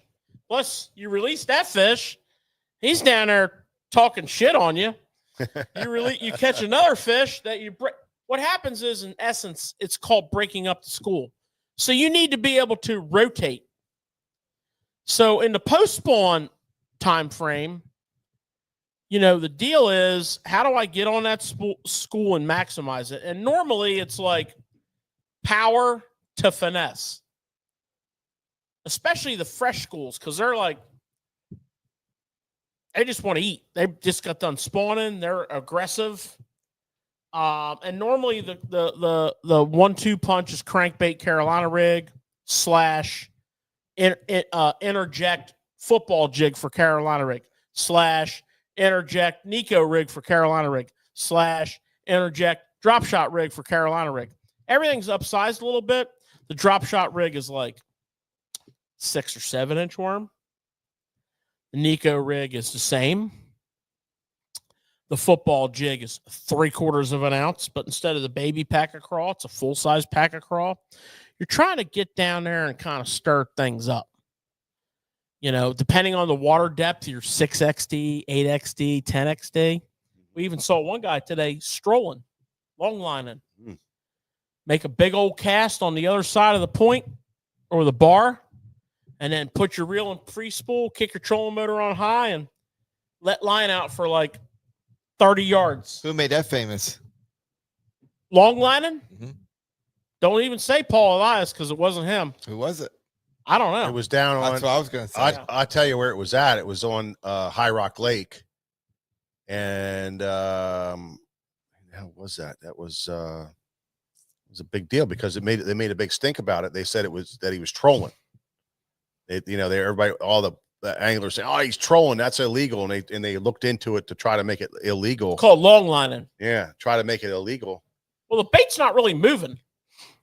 I remember being up at Cayuga, and I was with Cliff Perch, and he was like, "This is the area where I would win this tournament, but I can't fish the way I want to." And I'm like, "What?" I'm thinking like live bait. He's like, "No, I'd have to throw my crankbait out here, take my big motor, go all the way out here." No, they use their trolling motor. Or trolling motor, and he goes, "We're not allowed to do it." They're not allowed to long line. He goes, "I catch 24 pounds right here." I'm like, "Ooh, yeah." So your crankbait gets a lot deeper. So here's the concept on that. If you troll a crankbait, like if you take a 10XD and troll it, you're going to get 5 to 10 more feet out of it than if you cast it. Because if you cast it, you can only cast it so far. Yeah. And when it gets into its depth zone, it's there for a little bit, and then your rod angle starts pulling it up. Yeah, it takes it out of a straight. Well, if you're trolling, if you're hanging that sucker out the side of the boat with a frickin' 200 feet of line out, I mean, you're getting down into the depths. The Kraken lives down there. You know what I'm saying? heck yeah." Fishing the depths of hell there. So this long lining technique, you make a bomb cast, then you put your trolling motor on high, and then you let line out for a long distance, and then you reel like the devil. And they're using high-speed reels. They're ripping that crankbait like a monster, and they're just trying to create havoc. Yeah. It's not for the weak of heart. No. You need a big rod, 8-footer. You need a big handle on your reel. You need, they're throwing some big baits. 10XDs like 2.5 ounces. Yeah. Yeah. And then, of course, we saw the Carolina rig in play by a lot of contestants. Dustin Cannell, of course, was doing very well with the Carolina rig. I mean, guys, we've talked about the Carolina rig forever. That got me more pumped up than any other technique you said. Well, I know it did Mike, because Mike and I, when we get into the true like post-spawn to summer pattern phase, we are some Carolina rigging sons of guns. I know the transition is great because I tell George to tie up a couple of Carolina rigs. When they make the move and they move offshore and they leave the bank in droves, not all of them, but lots of them, that cranking / Carolina rigging combo, just to keep it simple, is absolutely freaking dynamite. Yeah. And now I like a big weight. I never, ever Carolina rig with less than 3/4. I want that thing down there dragging, bumping, dinging. I usually do a 3-foot leader. That's my number. Yeah. That's my range. And post spawn, I like a little bit longer. Go a 3-footer. That's all I do is 3-foot forever. Now I don't ever do any other length. Yeah, I like it shorter in the spring. And then I also, I like to drag a lizard. I like to drag I'm not going to lie to you. Mike and I have converted almost all of our dragon to a brush hog. It's style hard to bait. beat that. It's hard to beat that. It's really hard to beat that. I don't know. This one dude that said about putting the packer crawl in the back. I'm gonna try that this year. Yeah, there's nothing wrong with that. That's a good idea. That's a very good idea. I like that idea. Yep. Um, What do you, Nick? What's your feeling on all that post spawn, like bait choices and this offshore? Are you an offshore guy? Well, I've become one because I mean you almost have to anymore, and when you're in these tournaments and stuff like that. But I love the post spawn, although Mike had said during pre-production it can be very fickle. Yeah, and it sure can. Sometimes you got those bass that are just cruising, and they can be tricky to get. Oh, they can be very tricky to get. Very tricky. But there's so many different ways you can go about it. I mean, and we were talking about it. One of my favorite ways is during the shad spawn, if you have one. Or a minnow spawn. Yep. But you have a very short window in the morning. That's where we're always like, why do we have to start tournaments so early in the morning? Yeah. But not because of a shad spawn. But then you definitely want to be there as soon as you can. Yeah, you do. But there's so many great ways you can go about it. But I think our favorite, and we all kind of talked about it together, is it's top water time. Yeah. Yeah. I'm all about the bait, and Mike and I do a lot of offshore fishing. We're not fishing deep. We're fishing offshore. We throw a topwater over these fish all the time. You can, yeah. I mean, we're fishing offshore. Deep for us, it might be 15 foot of water. Yeah. We're usually in 6 or 8 foot of water. We're just offshore. But the topwater, because the deal, Mike, we talked about this. Well, me and you lived together. The deal is the bait. Yeah, I mean, there's the bait. Like the bait, like as fish around bait? The bait fish, the bait. Yeah. That's the deal. Yeah, I know. But, like Nick said, post spawn to me is going out there, throwing a topwater, covering some water. And, that's where the buzz bait comes into play. Right now, we're going to be busting out the buzz bait. The whopper plopper is playing big time right now. The walking style baits are playing big time right now. But it's all about the bait. Well, yeah, I get it. I get it. We were talking earlier, just bouncing some ideas back and forth. Like some of the places that we fish, there's not a lot of shad, but there's an abundance of minnows. Mm-hmm. Other places we fish, there's a ton of freaking shad. But some of the tidal waters we fish have a tremendous early season perch spawn, both yellow and white. And right about the time those bass are done spawning and they start migrating to their post-spawn haunts, seems like a lot of that post-spawn haunts has to do with them white perch and them yellow perch. They're about that big. So identify what the bait is the point of the deal. Could be minnows, could be shad, it could be white perch, could be yellow perch, could be the classic bluegill spawn. I was going to say, and George, that's really important because you're right. You're coming off that spawn, and as soon as those fish are done spawning, they just used all their energy. What are they looking to do? Well, they want to eat. Yeah. Chow down, baby. And you're right. It's the bait and what bait is in that area. And you guys even brought up, you talked about all the bait fish, bluegill and all that, but you also have crayfish. How about, in this part of the country, we have some massive crayfish molts.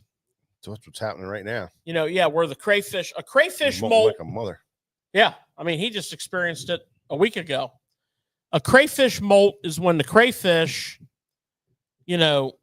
slough their shells off because their body size expands dramatically. So the old shell gets sloughed off and they're in a soft shell state as their new shell hardens. Well, I mean, you might as well take me, Mike, and Nick over to the American Bar and Grill and have them bring 1 dozen of every wing they make out to the table because we're going to be on a crayfish feed also, man. Yeah. And that's pretty much what it is. So don't overlook that crayfish. If you have a body of water that has a lot of crayfish in it, don't overlook that molt. And that, in this part of the world, that's generally the first full moon in June is when it's kind of like your target date.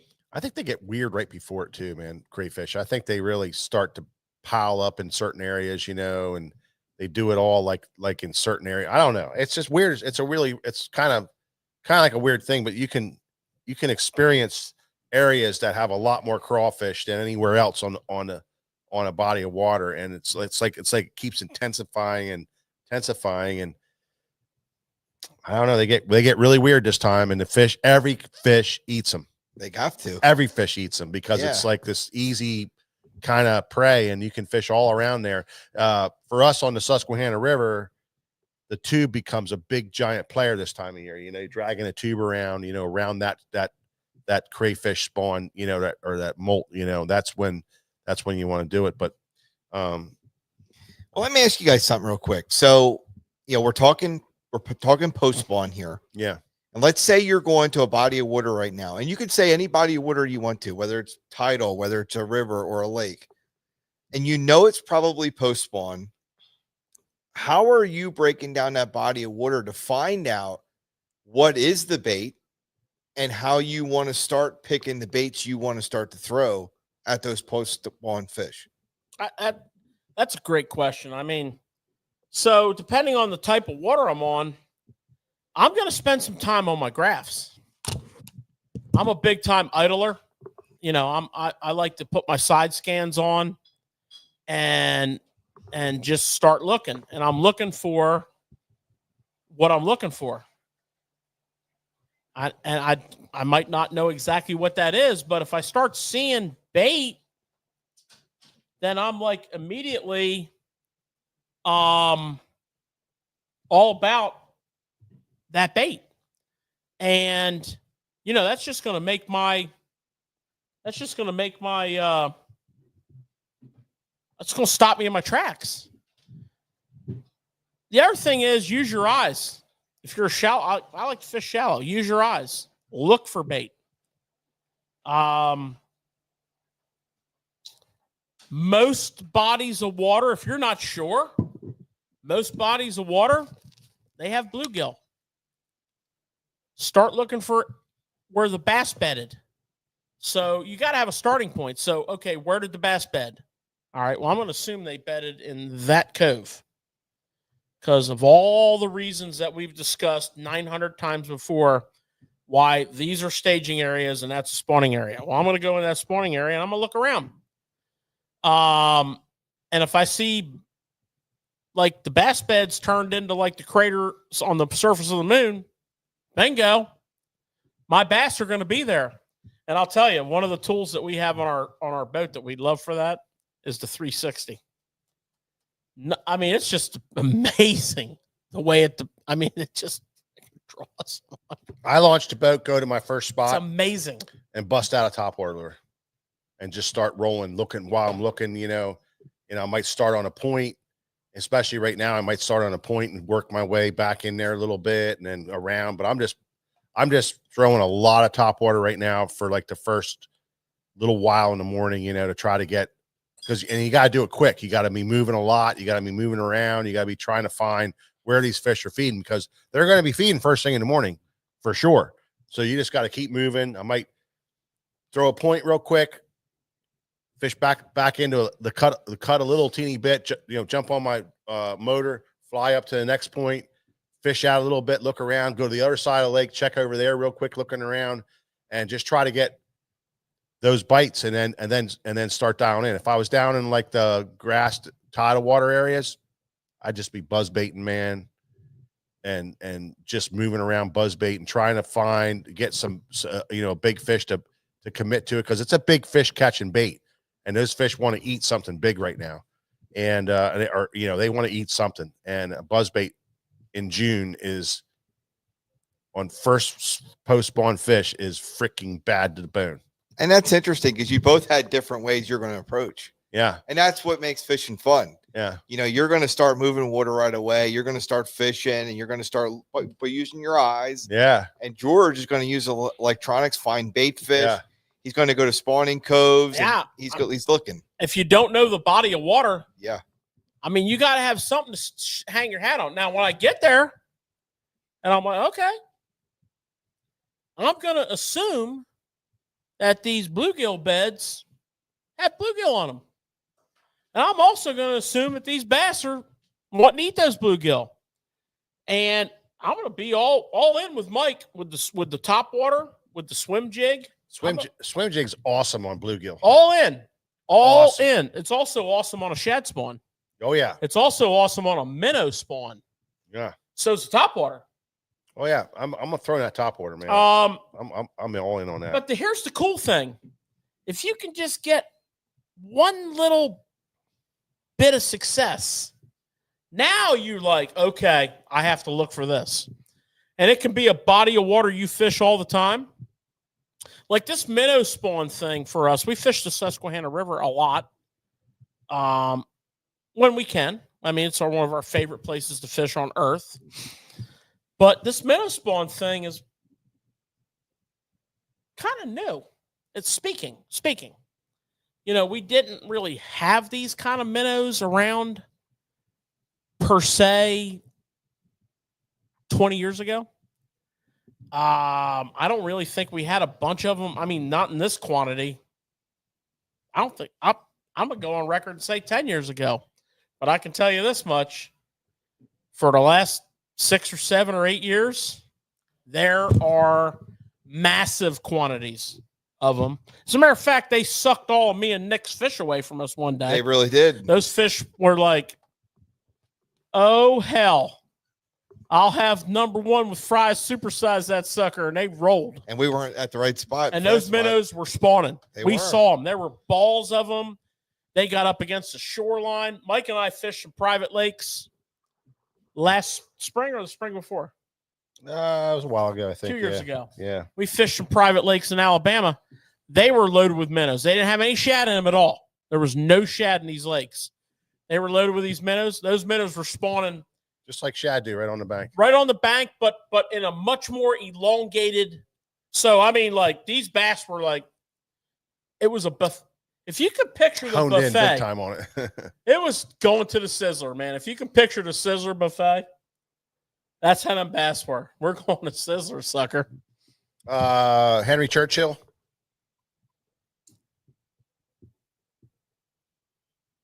That's the deal, bro. This freaking buzzbait, man. This buzzbait right here, and that buzzbait's right there. My weapons of choice. If you want some noise, you throw that one. If you just want to freaking churn the water up, you throw the hog collar, man. That thing. George even gave you color choices there. Yeah, white and black. That's all you really need. Ones. And tidal water, we throw a lot more black, and on different parts of the river, we throw white. And I like lake water. I like to start with white. On most of the lakes. Yeah, and what's interesting is Mike and I had some really good buzzbait fishing post spawn the last couple of years. I mean, really, really good. Yeah. Basically, Mike catches them and I net them. But the nice thing about buzzbait fishing, well, it's not nice if you're one driving a buzzbait. If you're the other guy in the boat, a lot of blowups that are missed. Yeah. Now, what I finally figured out on the small shad is I have a backup buzzbait that's a 1/4 ounce, which gives you one size smaller blade. I take the skirt off. Mm-hmm. Should I let this out? It's the secrets. And I put a Zako Jr. on. And it's pretty much like if he misses it, I catch it. And it's a great 1-2 punch. Now, if the shad are bigger, you just all you're looking for is that profile. Color is not that critical. You're looking for the profile. And it's fast and furious action. Yeah, I mean, I also think on a buzzbait too, Nick, that it's just the sheer action of that bait, the sheer noise, the factors, that go into a really good working buzzbait. I think that's just the noise that it makes, and it just, fish are post spawn, they're hungry, and it's just that bait's coming through there, and they just they can't even help themselves, honestly, and they just come up and eat it, because it's just that drawing it. That drawing it's factor. the classic post spawn bait. Yeah, exactly. But what makes you pick the buzz bait over other top water choices? Yeah, because the other clear choice is the whopper plopper, and how deadly that freaking thing is. But you got a couple conditions that you got to worry about: grass and chopped up grass, and treble hooks and not treble hooks. So wherever you can get the whopper plopper to work, the whopper plopper is going to do the same thing as a buzz bait, and sometimes it does it better because it's a little different sound. But then there's also times where the buzz bait will do what the whopper plopper does better. So we rig both of them up. We do, and we try to fish both of them, equally. And I'll say this to compliment Mike. The trick here is never cast your lure to the same place twice. In other words, keep your foot on your trolling motor. You might let your button off and let the boat coast a little bit, but then get right back on it. So I get into if I'm running the trolling motor, I get into like a rhythm where I cast, I start retrieving, I get about halfway back, I get on the button. Finish my retrieve, because typically the back half of the retrieve's less important. So the bait's going to come behind me a little bit. Let off the button, cast. Yeah. And as a guy, get on the button. And a guy in the back of the boat following up is watching where that guy's casting. Exactly. And he's placing his cast in between. And all you're looking for, you just try to get that thing over a fish that is like going to just jump all over that. And I'm telling you, if they're even thinking about it, they're going to eat it. And that's a post spawn thing. It's just a post spawn. That's an important thing that you just said, Mike. Wait, if you're buddy fishing like you're just talking about, if you're the guy in the front of the boat, you don't need to hit every spot. No, allow the guy in the back of the boat to hit what you're not hitting, so you can keep moving. I love fishing with a guy, especially when in the co-angler stuff, where you're fishing along and you throw at a certain beautiful little piece of structure, like the grass is perfect, and cover. You throw. I was waiting for that, George. You throw right to it, right? You throw right to it, and you bring your bait across, and then the guy in the back of the boat throws right the same cast, and it's like, with the same bait. It's like, well, why didn't you throw like 5 feet over to the right of that and bring it over there? Or I throw to the right side of the pole, and he throws to the right side of the pole. I'm leaving the left side of the pole, vice versa, whatever. I'm leaving the other side of the pole. Yeah, the odds aren't real good. Things, as a guy in the back of the boat, and I'm a very well-schooled co-angler. I've done some damage in my life as a co-angler, and you put me on fish, look out, I'm gonna catch them. And that's my thing. I watch exactly where they're going, and I do just in between all that. You got the eye for it. It's not hard. You just in between all that, You say it's not hard, but there's a lot of guys that are just like not paying attention. It's just right in between, man. Everything, and you don't want to. But then there's guys that like cast over your shoulder and well, yeah, I'm not that guy. I'm not that guy. They have problems. I'm not that guy. But Umberto, if you're watching, I guess I didn't forget. I guess there's a couple things that post spawn, is in grass is one thing, and then offshore is another, and the Carolina rigging and the the cranking and the ledge fishing like you're seeing on this tournament right now is one type of thing for post spawn, and then the other thing is the shallow water, top water thing, just going down a bank and just hitting top water down through there, and then coming out on the point with top water and going back in, and then keeping your eyes peeled the whole time for the shad spawns, the bluegill beds while you're going in those pockets. Well, what about this scenario though, guys? What's that mean? You're going down through with your top water. Yeah. And you just can't help it, but you keep seeing these bass that are cruising. Yeah. But they're not reacting to your top water. Right. What kind of stuff do you like to do? There you go. Yeah. I knew you'd say that. Yeah. That's what And you you got got to lead them. You got to lead them. Yeah. Yeah. And that's such a critical point, Nick, that you brought up earlier in the night is, that how deadly that is. Follow-up. It's a great follow-up bait, or a bait you have right there for when you're going along and you see this stuff. I like to cover a lot of water in post-spawn, the early post-spawn. More you cover, the more you're going to get that aggressive fish, and the more fish you're going to catch. And That is a great conversation, guys. I mean, I really like the way that tracked, and the key. We're going to continue this because we got to kind of get through this post-spawn into the summer. it's a great transition area, right? Oh, it is. Yeah. And I like it. I like it. So we're gonna let's love it too. let's kind of go that way next week. I just love offshore fishing. Oh, it's great. Let's kind of go that way next week. I was just good. I was really, really pleased with that. I do want to make an announcement. I want to thank Ray Cruz, Ray's Dead Shop, 717 Bassmasters. Ray came in today hot and heavy. Wanted to sponsor a couple cold pops for the boys here on the show tonight. Ray, good people, Ray. Ray, you got all you guys, man, from the 717. Awesome club, awesome freaking anglers, awesome vibe from those guys, Oh, yeah. The vibe from those guys is great. They're in it. They're on they it. are. It's They're on. big time in it. It's on. So we're going to fish this weekend, boys. We're going to, all of us will be out on the waterways, hitting it hard, hot. I mean, we're going to go after it.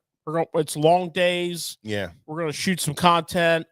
We're going to break some stuff down. And then next week, we're going to have a recap. Can't wait to talk to you guys about our weekend. Yeah. We have a special guest coming on board the river jet boat. We have a special guest coming up from pro staffer Joey Evering. I'm sure we'll have some really good stories with that, because we always do. Yeah, we always do. And we boys, always have a good time, man. It's always a fun time. And the other thing is, next week we got a tournament starting up.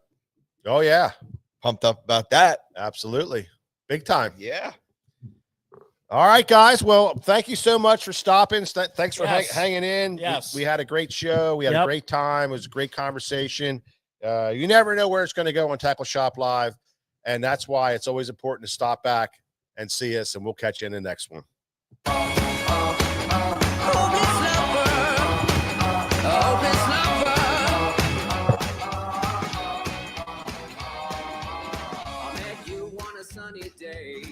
Right there, you took my breath away. Young and pretty, was it just a dream? The next day, you called me up. You told me I'm your little buttercup. You came over and you fell into my arms. Well, I know what I feel. Please tell me your love is real. You make me smile when I think of you.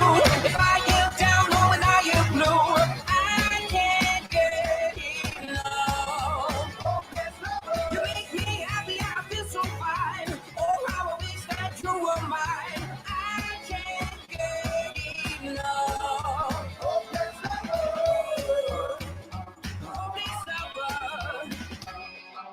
I woke up all soaked in sweat, with chills running down my neck.